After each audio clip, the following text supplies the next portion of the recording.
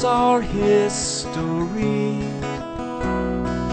Buildings and people and memories and dreams. Who better to tell us than those who were there? There's so much to learn from the stories they'll share. Living history.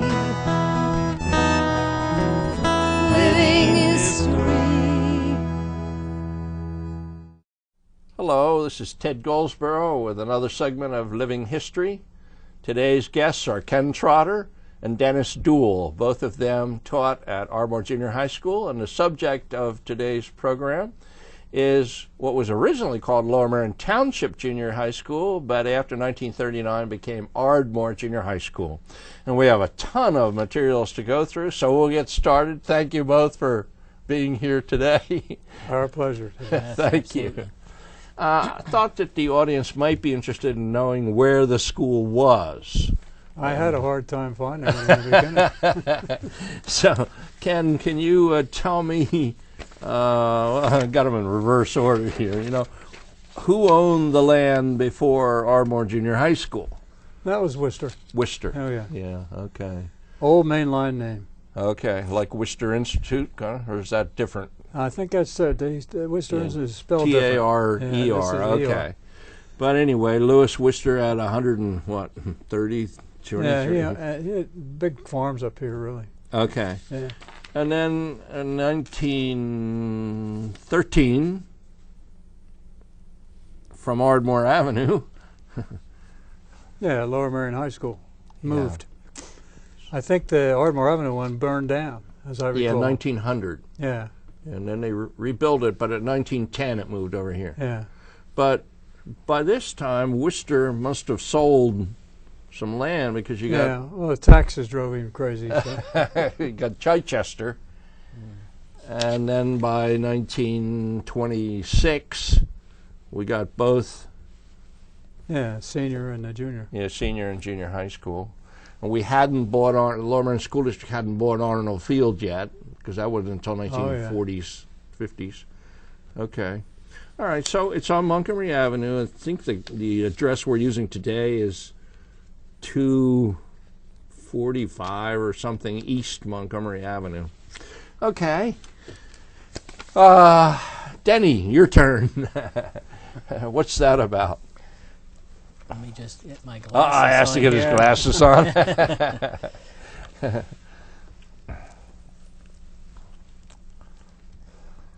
This is the dedication of the junior high school building on January 12, 1924.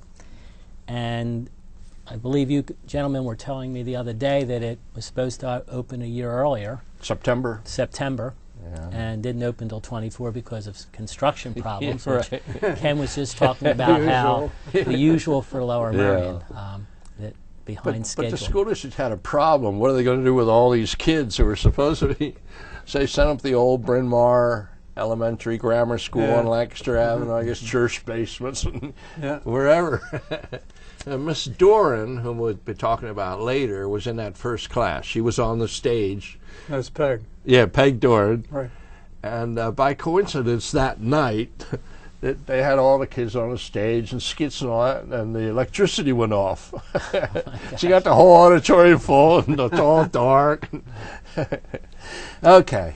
But we brought some light into the place.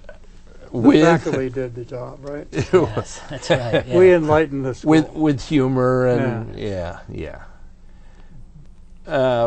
now I put this in because it's significant in that it relates to the main line. And Ken, your turn. Well, this is a stone railroad tie. I think it's out there now. Yes, it is. It is in the same area, and it's the main line going actually from Philadelphia to Harrisburg. Yes. Yeah. Yes. And that's where the main line got its name. Good. Good. Yeah.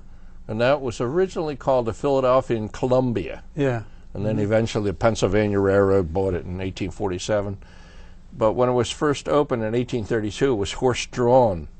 And it was really neat. The wooden carriage cars, the railroad cars, were used as canal boats, and they took it out to Columbia, Pennsylvania, and they undid the wheels and they put the carriages into the canal. Carriage, yeah.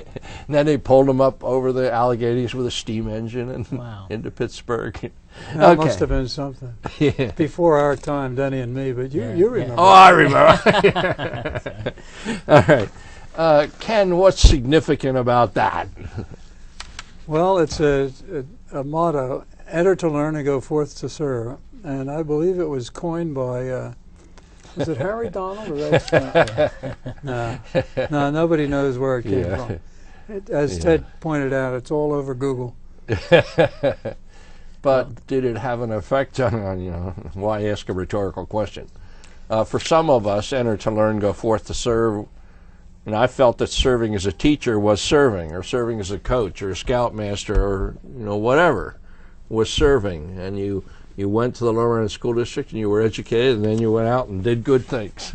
Well, if you look at this slogan or motto, whatever you like to call it, I mean, what else is education about but this line? Very true. You know, today with all our standard-based learning and so forth, this is still the essence of learning. You know, come in to learn and go out It's like to serve. universal. Absolutely. I have, eventually I'm going to get through the pile here. We'll have other things to talk about, but this picture was from the beginning of this. They didn't even have the bus circle in here. And Does the camera see these, by the way? yes, the camera is seeing Okay, these, and watching the audience these. is seeing these. Yes, thank you. This was called the Clark House, and it looks so imposing there. It has its own driveway, and eventually the school district... Yeah, I went to school with somebody who lived in that house. Oh, Wow. oh. Did you ever visit there when you were a kid? No, I was not asked. Okay. But this is I a was picture. acceptable as a schoolmate. This is a picture of what was initially called Merion Township Junior High School, and an aerial shot, I guess, from an airplane or a balloon, dirigible, I don't know. The playing field was called Pennypacker Field, I guess. Was that Pennypacker when you were at Merion? I don't know, probably. Yeah, I think so. behind the school. right Yes, there. yes. And the Clark House had its own grass and all. Well, later a driveway came through from there from the school district, Yeah. and kind of that's on Worcester Road in the old days. And this became a parking lot over near Owen Road, and those houses are in Owen, but the English Village wasn't developed yet. That was around No, that was 1826. new, that's right. 1826. 19. 1926. Yeah, 19, right. But another thing that's interesting about this aerial shot is that these were called light wells, and they allowed light into the auditorium in the center, and Yeah. then the classrooms. Yeah, pretty interesting concept, really. And that auditorium, and I'll have some more pictures of the auditorium, but it was noteworthy because it held all the students, 1,200 students, and it had a wide stage. Yeah. Okay. And one of the amazing things about that auditorium was right behind it was the gym, Oh, yeah. which That's had right. a track running along Yeah, the good, top. Denny. An Good. indoor And, track, that's right. Yeah. My first recollection, I was at Ardmore for 6 years. I taught there the last 6 years, but I ran in the Ardmore relays many years before, and the one recollection I had of Ardmore Junior High was that track, because we came in coats and ties in the 60s to Yeah. run, and we had to change in that Oh. that gym, and I Wow. looked up at that track and thought, wow, this is just so really neat. That track is not shown here, right? No, No. but we do have some pictures Yeah. coming up. Yeah. Yeah, that was an interesting concept. What they did when the basketball coach at Ardmore had a tremendous advantage, because he get all the students lined up around that track, and they're all screaming at the kids, and the poor kids are inside it. Whoa. And if you're on the away team, Yeah. that's an away game right there. Oh man, Like being in the Coliseum, everybody yelling. yeah. This was, I We think, didn't lose money. I think this might have been a postcard, but it could have come from one of the Lower Merion School District booklets. But it shows Ardmore Junior High School with lots of kids out in front, and I thought that was kind of fun. This is the same picture enlarged. Yeah. Now this is before they had the buses. Well, I don't know. It doesn't look like a bus driveway to me. But see, over here, there is a bus, and I guess the kids went down that driveway between Lower Merion And there was yeah, a garage there back was. there. That's right. Yeah. I think there was a bus. The There buses was. were there. You're right. Yeah. Okay. Boy, oh, that's a while ago. Yeah. Yeah, it was that way when I first came to Ardmore. Now I wanted to show, this is the present administration building, which was built in 1932, and there's Ardmore. Well, Ardmore's, the present Merion High School is pretty close to where Ardmore Junior High School was.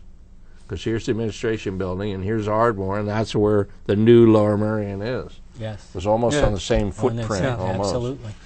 Now, going down Owen Road, out back, there were some buildings. Were they shops, Ken?